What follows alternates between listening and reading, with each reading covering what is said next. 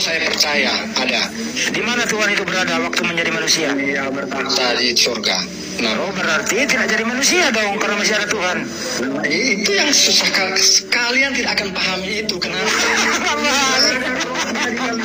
Sumpah gue gak ngerti lagi ya, sebenarnya tujuan dari debat-debat agama ini apa sih? Mempertanyakan iman orang, mempertanyakan agama orang, mempertanyakan Tuhan orang. Dan live-live seperti ini banyak juga di TikTok. Ini apa tujuannya? Gue malu gitu kalau misalnya ada yang muslim gitu mempertanyakan Tuhan orang. Kayak ketawa kayak tadi, kayak lu diajarin agama gak sih? Emang lu gak pernah mempraktekkan isi Al-Quran itu?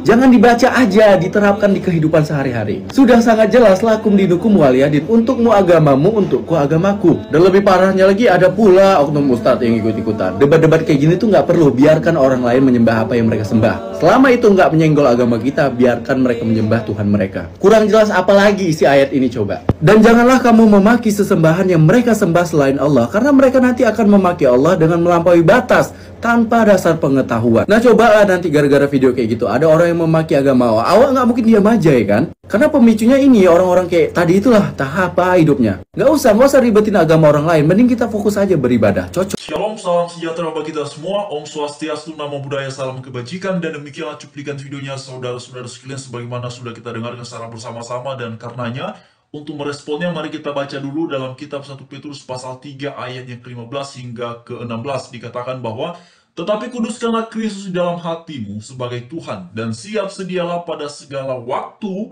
untuk memberi pertanggungan jawab kepada tiap-tiap orang yang meminta pertanggungan jawab dari kamu tentang pengharapan yang ada padamu. Lalu lebih lanjut dikatakan bahwa tetapi haruslah dengan lemah lembut dan hormat dan dengan hati nurani yang murni. Saudara sekalian, pertama-tama makna dari ayat ini, pertama, ayat ini mengajarkan orang Kristen untuk fokus pada pemahaman, pada pendalaman iman sebagai orang Kristen. Bukan membahas, bukan berbicara mengenai iman agama lain. Jadi, yang ditekankan oleh ayat ini pertama-tama adalah bahwa sebagai orang Kristen yang percaya kepada Tuhan Yesus Kristus haruslah siap sedia ya pada segala waktu untuk bisa mempertanggungjawabkan kepada tiap-tiap orang yang meminta pertanggungjawaban. Nah ini bermakna saudara berarti kita mesti mempersiapkan diri senantiasa, mesti mendalami, mesti mempelajari secara serius terkait dengan apa itu iman Kristen. Ya, karena itu dikatakan oleh Alkitab supaya kemudian itu bisa dilaksanakan, maka ya perlu belajar sehingga nantinya bisa siap sedia. Nah, kemudian saudara semuanya, yang kedua, pesan yang kemudian terkandung dalam ayat ini adalah memang orang Kristen itu diberikan mandat oleh Alkitab untuk bisa dan harus bisa menjelaskan tentang iman, pengharapan yang ada pada kita sebagai orang Kristen yang percaya kepada Tuhan Yesus ya. Jadi kalau selama ini ada saudara kita yang Kristen memberikan respon ataupun tanggapan atas berbagai macam komentar dari orang-orang yang serampangan menggunakan mulutnya untuk membahas Alkitab, yaitu adalah hak kita sebagai orang-orang yang beragama Kristen, dan itu dimandatkan oleh Alkitab harus bisa memberikan pertanggungan jawab tetapi dengan cara yang hormat dan lemah lembut ya, itu dia saudara. Lalu kemudian sebenarnya kalau kita mau bicara terkait dengan orang-orang yang kemudian kerap kali sudah bukan beragama Kristen ataupun memang pada dasarnya bukan beragama Kristen, tetapi hobi sekali mempertanyakan, hobi sekali yang berbicara mengenai iman Kristen. Sebenarnya kalau saya secara pribadi, kalau ada orang yang mempertanyakan mengenai iman Kristen, silakan saja, tetapi harus dalam ruang diskusi, dalam ruang yang memang jangan sampai merendahkan, jangan sampai menghina dan segala macamnya, apalagi dengan kata-kata yang kemudian ya tidak boleh dan tidak seharusnya diucapkan ya. Seperti yang dikatakan oleh si Ustadz ini, dia bilang begini saudara ya dalam pemberitaan, waduh, ya Ustadz Ali Mustafa sebut Injil ajarkan sifat hewan. Nah ini coba Bapak Ibu ya, dikabarkan bahwa orang ini bahkan pernah mengaku ya, dia itu adalah seorang mu'alaf yang mana sebelum menjadi mu'alaf adalah seorang pastor ya, jadi seorang mantan pastor. Wah coba lihat saudara ya.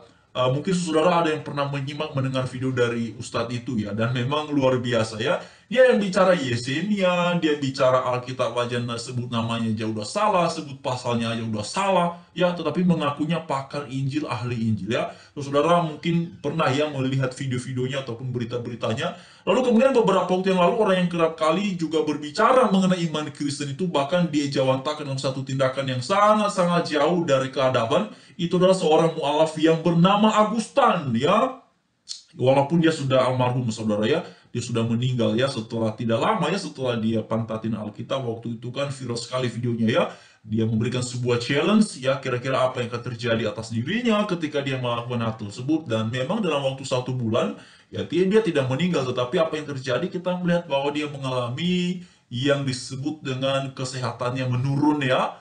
Itu dia, saudara, ya. Apa yang menyebabkannya saya tidak tahu, tetapi yang pasti itu terjadi setelah dia melakukan sebuah challenge, ya, seolah menantang kuasa Tuhan terkait dengan tindakannya yang meletakkan Alkitab di pantatnya. Lalu kemudian saudara semuanya, ya, kalau saya secara pribadi sebenarnya lebih mengharapkan, ya, mendingan kita fokus dan berbicara mengenai bagaimana caranya supaya tegaknya toleransi di bangsa kita di Indonesia ini. Karena sebenarnya berdebat mengenai agama ini, ya, jujur memang ada manfaatnya, terutama dalam pengertian membuka cakrawala berpikir untuk mengetahui dan mengenal terkait dengan, oh, agama itu ajarannya seperti ini, oh, keyakinan orang itu, oh, kayak begini. Kalau sebatas itu, saudara semua, bagi saya secara pribadi itu bagus, ya, untuk juga membuka cakrawala berpikir dan kemudian sekaligus melatih kemampuan kita untuk memahami iman kita secara pribadi. Karena kalau dalam dialog lintas agama itu kan, ya, kalau dalam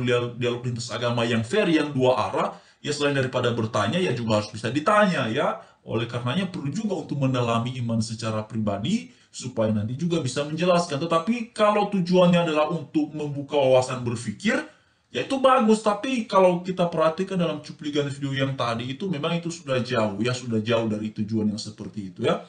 Karena itu saudara sekalian, memang berbicara mengenai hal agama ini kerap kali, ya, orang Kristen itu menjadi korban, ya, terutama dalam hal kebebasan beragama, saudara, ya. Selain daripada ada orang-orang yang hobi banget membahas mengenai iman Kristen walaupun mereka tidak punya urusan sebenarnya terkait dengan itu, ya, di satu sisi juga ada orang-orang makhluk-makhluk yang kerap kali ikut campur terkait dengan kegiatan peribadatan umat Kristen yang dari waktu ke waktu terus terjadi, terus terulang, dan alasannya misalnya ini dilarang oleh karena izinnya, ini dilarang karena warga tidak setuju, dan segala macamnya.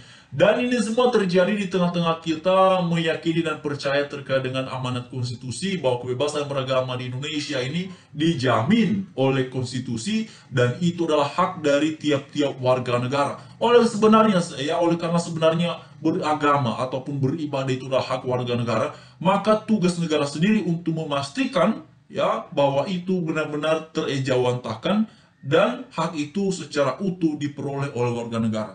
Ya, memang di beberapa daerah orang bisa dengan nyaman beribadah, orang bisa dengan nyaman untuk membangun tempat-tempat peribadatan, tetapi di beberapa daerah, saudara semuanya, itu sangat memilukan, ya. Bahkan seperti yang waktu lalu satu daerah tidak boleh ada gereja katanya, ya, karena alasannya mayoritas dan segala macamnya. Sejak kapan, ya, ada alasan kayak begitu? Di sini nggak boleh gereja karena mayoritas, ya. Coba Bapak Ibu perhatikan, kalau misalnya di Indonesia bagian timur, ya, yang masyarakatnya mayoritas Kristen di situ, ya, lalu berkata bahwa, oh, di sini tidak boleh ada tempat peribadatan umat lain karena kami mayoritas di sini. Kan itu nggak masuk akal, saudara, ya. Ya, karena konstitusi tidak bilang begitu.